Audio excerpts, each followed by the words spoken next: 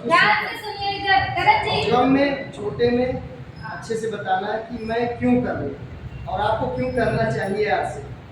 हाँ एक यस सब रास्ता है बंद। Of course. बताइए पहली बार आज हमने सेमिनार देखा अपने बारे में रवि बताइए। ओपी शर्मा जी का। जी एक बार शानदार तालियां उनके लिए।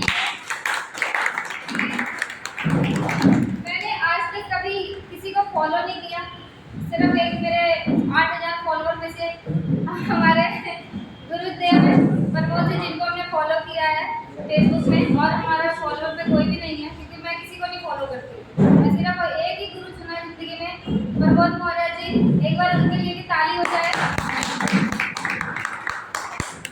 इसलिए बता रही हूँ क्योंकि मुझे आज तक जब जितनों ने भी पूछा है कि आप ये आपके फेवरेट कौन है, आपका फेवरेट गुरु कौन है या फेवरेट एक्टर कौन है, मैंने आज तक किसी का नाम नहीं लिया। सिर्फ एक ही मैंने बताया, जैसे प्रमोद मौर्य जी को मैं फॉलो करती हूँ फेसबुक, इंस्टा, हर जगह पे। तो आज एक one of the most famous person जो आया था आरसीएम का, रवि ओपी शर्मा जी आए थे और उन्होंने जो बातें बताई है, मतलब मैं फैन हो गई उनकी। सच में वो मेरे फेवरेट बन गए। सेकंड पर्सन बना है जो प्रमोद मौर्य जी के बाद बना है, तो वो सेकंड पर्सन ऐसा था जिसको मेरे दिल में मतलब जगह मिली कि ये पर्सन कितना अच्छा है। सोचने वाली बात है, हम 10-20 हज़ार कमा के, जैसे सर जी ने बोला कि आप क्यों करना चाहते हो, सोचने वाली बात है कि आप क्यों करना चाहते हो, क्योंकि आप ऑलरेडी इतनी इनकम ले रहे, 20-25 हज़ार, 30 हज़ार, 35 हज़ार तक मैं खुद ले लेती हूँ। इतना मैं खुद कमाती हूँ। आप लोग फैक्ट्री में बैठ के कमाते हो 12 घंटा, मैं 8 घंटे 7 घंटे में कमा लेती हूँ। ये मैटर नहीं करता। एक बार खड़े होकर तालियां सर जी के लिए।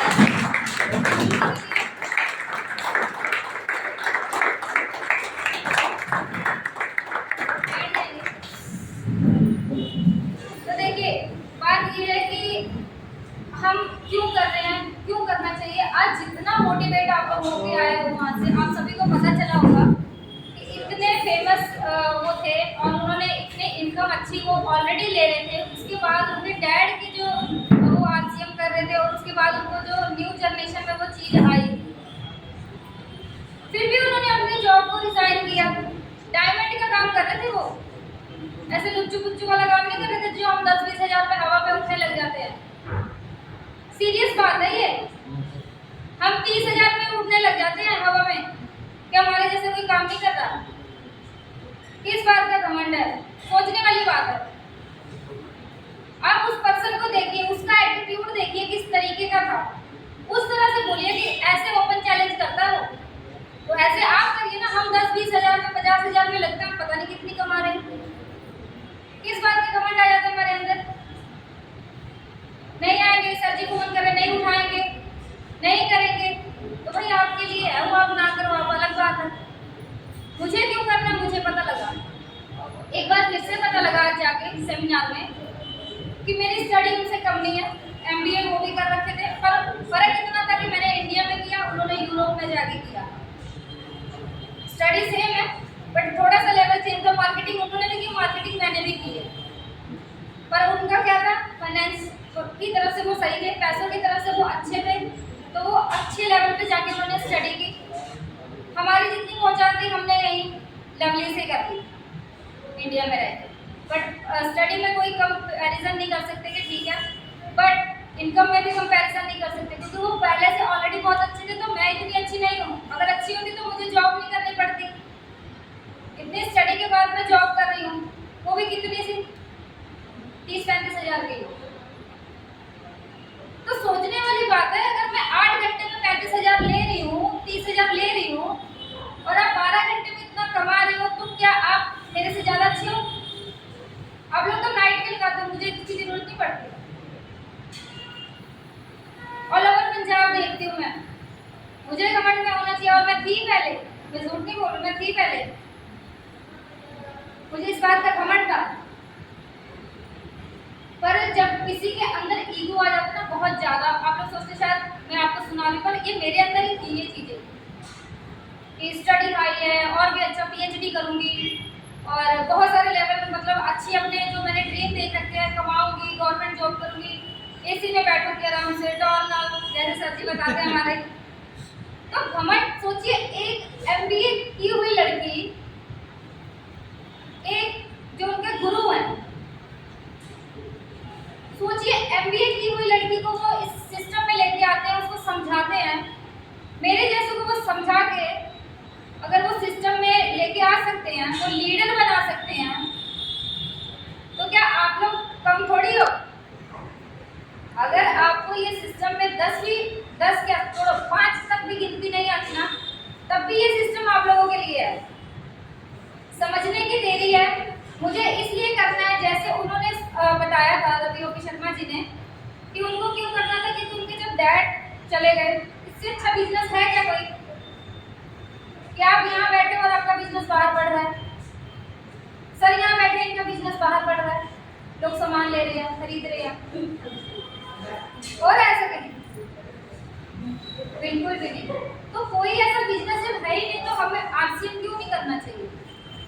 मुझे आज मेरे जो माइंड में बोलते हैं ना 1-आधा% भी रह गया होगा कहीं से, अभी भी आप मेरे फोन में उठा के देखो तो मैंने आरआरबी का फॉर्म मंगवाया है रेलवे के लिए, सरकारी गवर्नमेंट के लिए, कल ही आया मेरे पास, और आज जैसे ही आया उसको मैंने छोड़ दिया। वो बोलते लास्ट डेट इतनी को, मैंने कहा मुझे नहीं करना,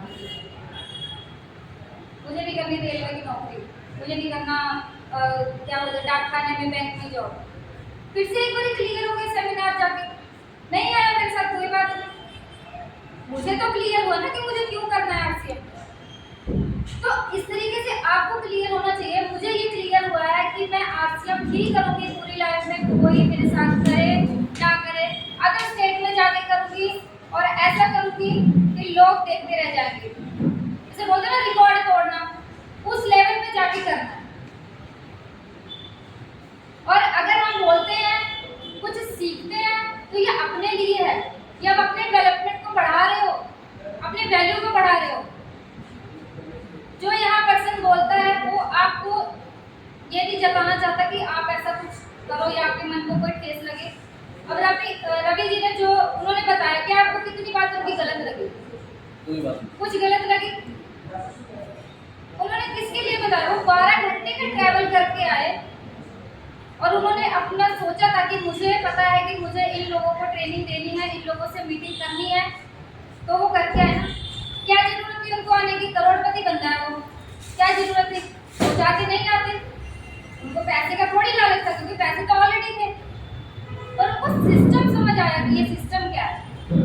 तो इसी तरीके से सिस्टम मुझे समझ आया है कि मुझे क्यों करना है इन फ्यूचर, कि मैं रहूँ ना रहूँ और मेरे बाल बच्चों को मिले। वो भी सेम ऐसे ही है कि मैं चाहती हूँ कि मैं रहूँ ना रहूँ, आगे मेरी फैमिली जो भी रहे वो ऐसे ही ओपनली चैलेंज करे लोगों को कि जो तुम्हारे पास नहीं है ना मेरे पास है, और आपसे नहीं करोगे तो क्या करोगे। तो इस तरीके का अब आगे से आपको ऐसा जज्बा होना चाहिए कि अगर करना है तो करना है। और जिनको पीछे बैठे, एक बात बता देती हूँ, अगर आप आगे नहीं आओगे तो कब आओगे? यहाँ तो कोई दूसरा नहीं है, तो सेमिनार में कैसे बोलोगे? अगर यहाँ पे आपको 2 बात बोलने के लिए शर्म आती है तो फिर कहाँ बोलोगे आप? तो फिर आप चाहते हो कि लोग आप लीडर भी बनो और लोग आपको सुने और पैसा भी दे, तो ये तो मुमकिन नहीं है। अगर आपको शर्म आती है तो भाई मैं चीनी देती हूँ, मेरे बैग में पड़े हुए ले लो आप लोग। सीरियस होने का मतलब है कि सीरियस टारगेट बनता है, पता है क्या करना है। आज और भी ज्यादा क्लियर हो गया हम लोग कि करना भी क्यों है। तो जिस हवा में उड़ रहे हो उसको पैर को जमीन पे रखो और सोचो कि करना क्यों है। मैं रहूँ ना रहूँ, पीछे कैसे रहेंगे लोग, मेरे बच्चे, मेरी फैमिली कैसे रहेगी। तो ये चीजों को जब सोचोगे ना तो आप बहुत तेजी से कर पाओगे।